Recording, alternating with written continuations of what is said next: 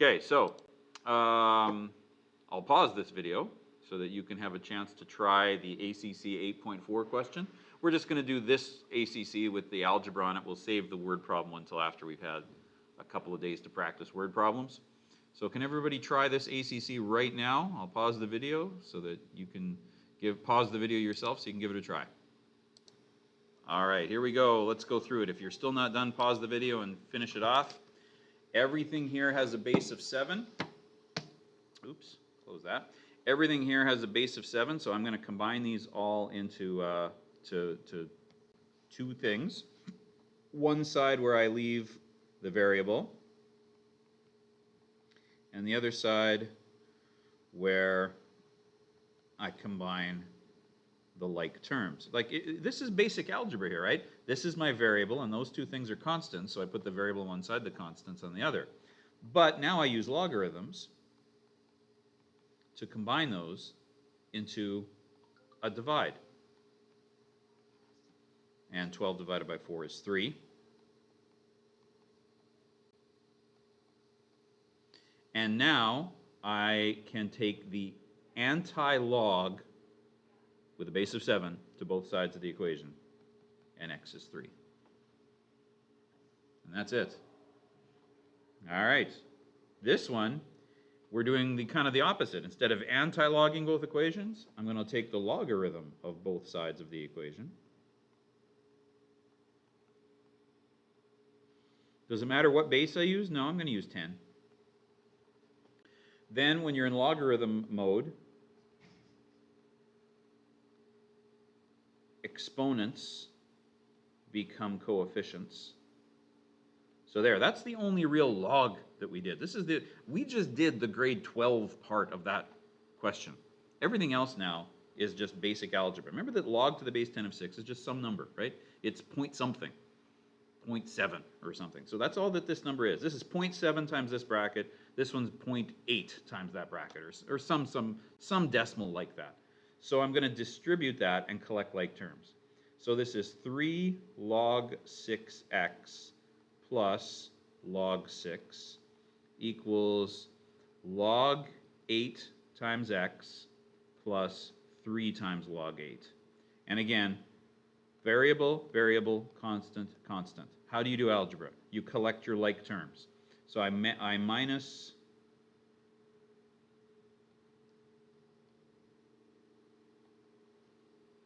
this one on the left, and I minus this one on the right. Then I factor out the x.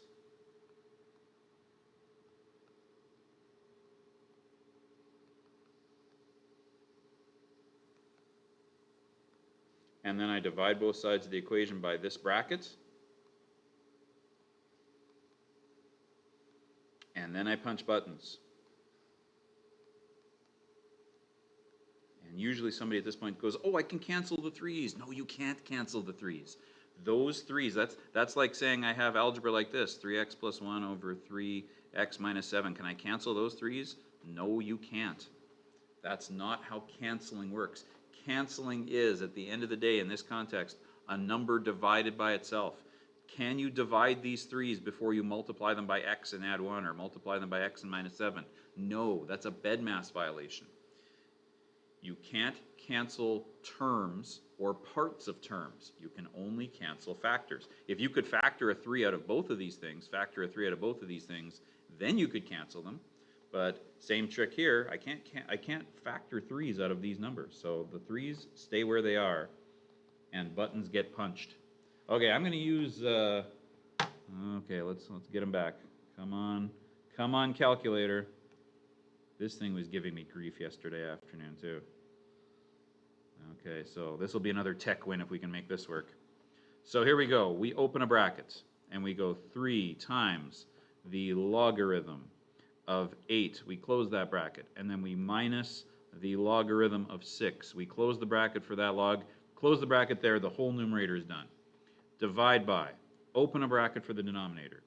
3 times the log of 6, close the bracket for the log, minus the log of 8, close the bracket for the log, close the bracket for the denominator, and you better work. I think the right answer is 1.349 and a bunch of change. I'll just round it to 3 places. What came after that? A 1, so there we go. But again, I trust this calculator right now about as far as I could throw it. So I am going to check my answer. So let's do a check. Come on, calculator. So I'm going to store that number into alpha memory A. There. So that number is now in A. So 6 to the power of, open a bracket, 3 times alpha A plus 1. And if you don't have a memory that works this way, chances are you have just your basic store and recall memory. If you don't know how to use that, I can always show you how. Close the bracket, and that's the left side of the equation. So it's, ooh, look at that. It's this big number. It's 8465 and change. Let's see if the right-hand side of the equation is the same number. So here's the right-hand side of the equation. 8 to the power of, open a bracket, my A number that I solved for, plus 3, close bracket, equals identical.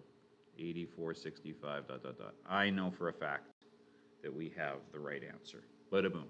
Do you have to show the check? Nope. And again, if I get you to do one of these without a calculator, I could just get you to stop right here, and then you don't even get to punch buttons. But usually we test these kind of questions with a calculator. Any questions on how I did that? Okay, let's go back to problem solving. Let's finish off 8.4. So go to chapter 7, 8, go to the note. Oh, yeah, right. Oh, yeah. This is the pages that I forgot to put in your notes package. Hopefully, I put a little note. I'm going to make the calculator go away. It's in my way now. I put a little note on the blog saying we did the second part of this. So you can download the pages I'm looking at here. Please don't sit there and copy out the problems. You can just download the pages here, because these 3 pages are not in your notes. So they're also in your OneNote. If you want to go to your OneNote file, I shared them under class notes, I think. At least I think I did. I'll check later and double check. Actually, I can check. Well, no, I'll check here. Actually, I can't check right now. I'll check right now. Hold on. I'll pause the video and check. There we go.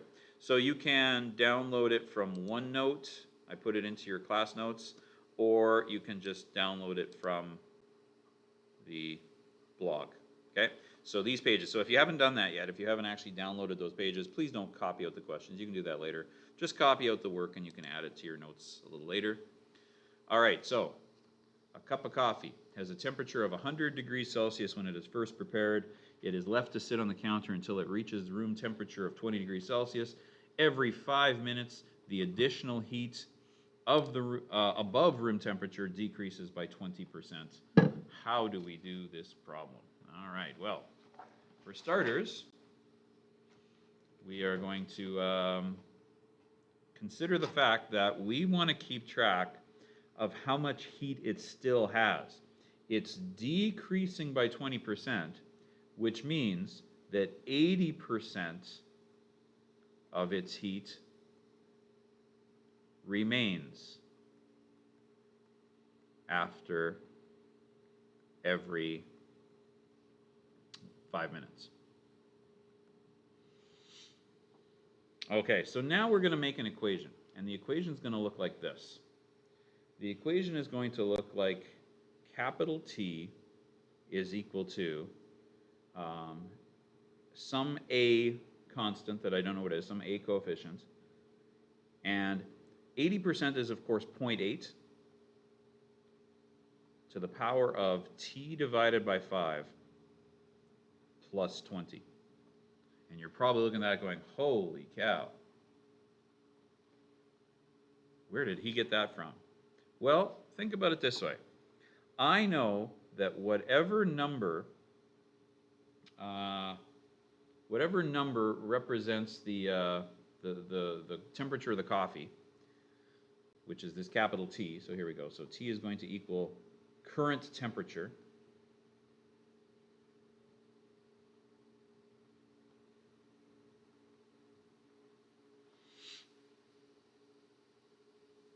Okay. Or maybe you could even say starting temperature or whatever. Then this would represent the percent that it changes by. This little t up here is time in minutes. So do you get why we're dividing it by 5? Because you lose 80% every 5 minutes. So if t is 1, well then that's 1 increment of 5 minutes. Okay. And 20 is the stopping point. 20 is when, once you've taken away all of these increments of heat, that's my final temperature. So I have to actually solve for this A so that I can get a formula. So T is equal to A times 0.8 to the power of T over 5 plus 20. Plug in the things I know. I know that my current temperature is 100 degrees. I don't know A. I'm trying to figure that out. I know that time here is actually going to be 0. So at time 0, right? 100% at the starting time. So 100 degrees at start. So that's a time of 0. And then plus 20. Now you're probably thinking, oh, that 0 cancels all this out. No, it doesn't. Remember that when you take something to the power of 0, it becomes 1, right? So that means 100 equals A times 1, which I can just write as A, plus 20. So A is equal to 80. So therefore, my formula is the temperature is a constant of 80 times a rate of 0.8 to the power of T over 5 plus 20. And that's how I figure out the formula. So now I can use that formula to figure out how much temperature the coffee will have after 30 minutes, because that 30 would be a little t. So my temperature would be 80 times 0.8 to the power of 3/5 plus 20. Now I'd need my calculator. I could do the first part, A, without my calculator. This part I'm going to need a calculator for. Oh, sorry, 30, not 3, 30. That's better. So that's going to be 80 times 0.8 to the power of 6 plus 20. Okay, and so there we go. Let's figure that out. So 80 times 0.8 to the power of 20 plus 20. And that's going to be, oh, hang on a sec, that didn't work. 80 times 0.8 to the power of 6 plus 20. Oh, there we go. I must have punched the button wrong. And that makes sense. It's about 40.9, say 71 degrees. And what are we in? Are we in Celsius? Yeah, Celsius. Now, determine how much time is needed for the coffee to cool down to 90 degrees. Because if you hand somebody a cup of coffee that's 100 degrees Celsius, you are breaking the law. In the 1990s, there was a very famous case of somebody who sued McDonald's because they were handed a cup of coffee that was too hot. And the media took this case and ran with it like, oh, what's wrong with our legal system that such a frivolous lawsuit is occupying the court's times? Because think about it. I mean, come on, you're supposed to expect coffee to be hot. But if you go do a little research, there was actually way more to that case than there should be, than you'd expect.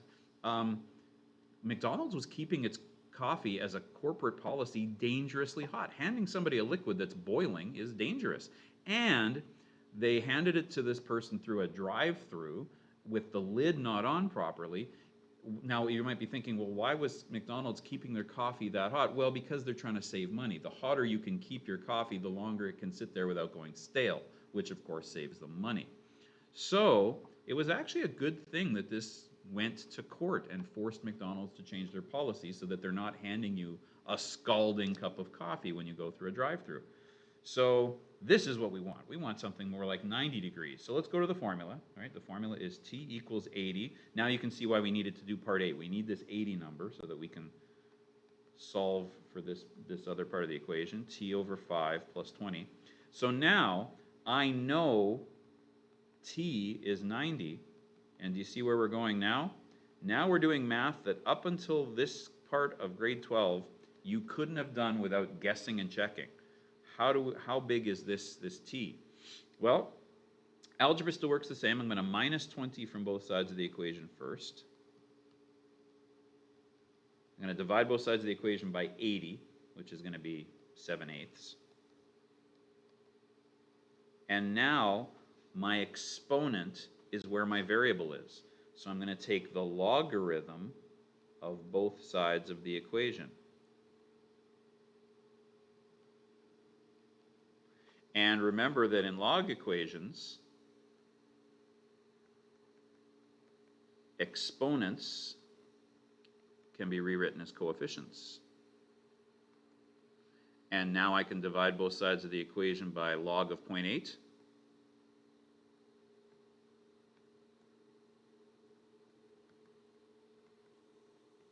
And times both sides of the equation by 5. So t is going to be 5 times the log of 7/8 divided by the log of 0.8. So let's punch buttons on that. 5 times, I'm going to actually use my fraction button, 7 fraction 8 log, and divided by 0.8 log. And I get 2.992 minutes. So, if you are running a coffee shop and you don't want to get sued by having somebody say, hey, you handed me a scalding cup of water, wait 3 minutes until you serve after it has brewed, and you should be fine. Any questions on how I did that one? All right, so there's the first example for today. Our second example for today, if anybody here has taken a business course, you've probably seen this formula before. This is the compound interest formula. If you watched my formula with Professor James Grime talking about the letter E, he used this formula to show how compound interest works. It's the compound interest formula. And here's how the formula works. P stands for initial value, A stands for final value, a like amount that you have when an investment changes. N is the number of times interest is compounded in 1 year. R is the interest rate as a decimal. Time is in years. So, amount of $5,000 is invested at a rate of 3.1% compounded monthly. Okay, so how do we figure this out? Well, we're going to use the formula. So the formula is A equals principal times 1 plus interest rate divided by number of compoundings to the power of the number of compoundings times time. So the amount is that we're invested, the principal we're investing is $5,000. So that's P. So $5,000, 1 plus, the rate is now, remember rates, you can't actually work with percentages, so you got to change that to 0.031, right? Because remember, percents become decimals by dividing them by 100. So 0.031. And it's compounded monthly, so that's 12 compoundings in a year. And then number of compoundings times time, 20 years. So, punch that in your calculator. I think I'm going to bring up the rabbit again. There you go, bunny. All right, so I am loath to punch out this number in the middle and then punch that into my next calculation. These are scientific calculators. They should be able to do any calculation hitting the equals button only once, as long as you know how to work your brackets. $5,000 times, open a bracket, 1 plus 0.031 divided by 12, close the brackets, to the power of, now, this calculator might not know that the next two numbers are both powers, or both parts of the power, so I'm going to open a bracket for that 12 times 20. You know, in the real world, I think I just multiplied 12 times 20 in my head, but I just want to show you how the calculator works. And there you go. So my amount is 9,000, come back here, number, 9,000, okay, never mind, I remember it. I still have it from last year's notes. $9,287.21. Let's double check to make sure that's the right number. Yes, remember it's money, so you have to round it after 2 places. Sweet. So that's my amount. Now, wait a minute. Is that the answer to the question? No. This is how much the investment is worth. Go back to A. That's the final value of the investment. So how much interest did you earn? Take the $9,287.21 minus 5,000, and the interest you've earned on your investment is $4,287.21. Boy, I guarantee you, if this was a business ed type course and this was a test question and the answers were multiple choice, this would totally be one of the answers in multiple choice, right? Trying to see if you understand the difference between what the formula says here and what you're actually being asked for. Any questions on how I did that? So you're probably thinking, okay, what does that have to do with logarithms? Well, what if the thing I'm solving for is this variable time? Determine how much time you need to double your investment. You know what's cool about this is I actually don't care how big the investment is. I'll play along. The formula is this.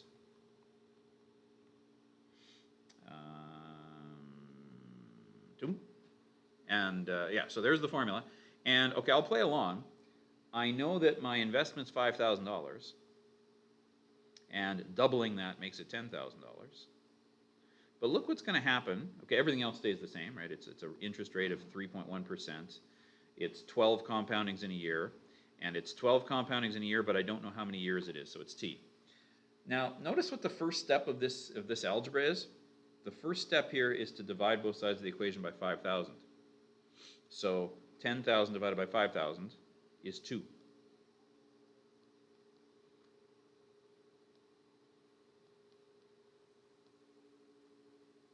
Notice that if I didn't even know how big the principal was, let's just kind of alternate reality this calculation.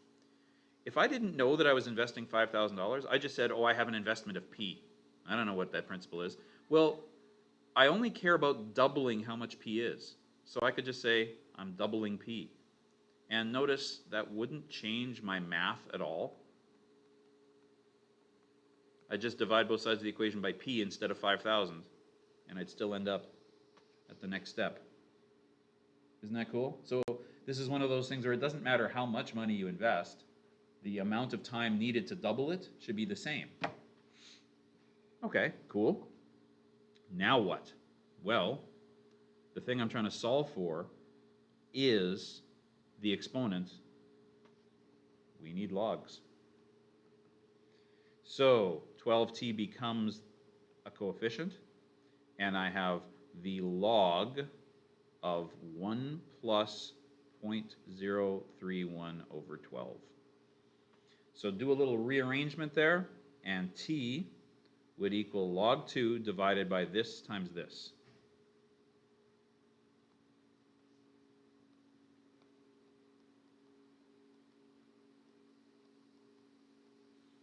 And now we punch buttons like trained bunny. So the log of 2, close my bracket, divide by. Now I need a bracket for the bottom because the bottom has two things multiplied in it, and I just realized I lost my log.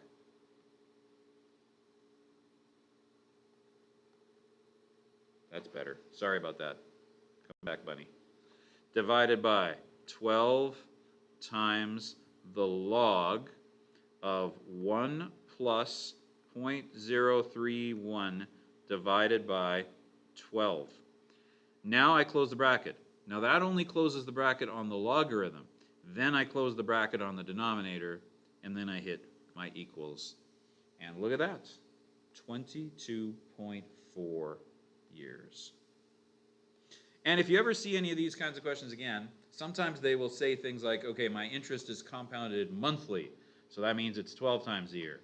But what if it was semi-annually, quarterly, bi-weekly, weekly? What if you actually found a place that would compound your interest daily? Well, then you'd say 365 times a year. What happens on a leap year? I guess you get a day off from interest. I don't know. But anyway, that's it for today's lesson. So I'm going to stop the video. Let me close the rabbit first. Okay, thanks for watching.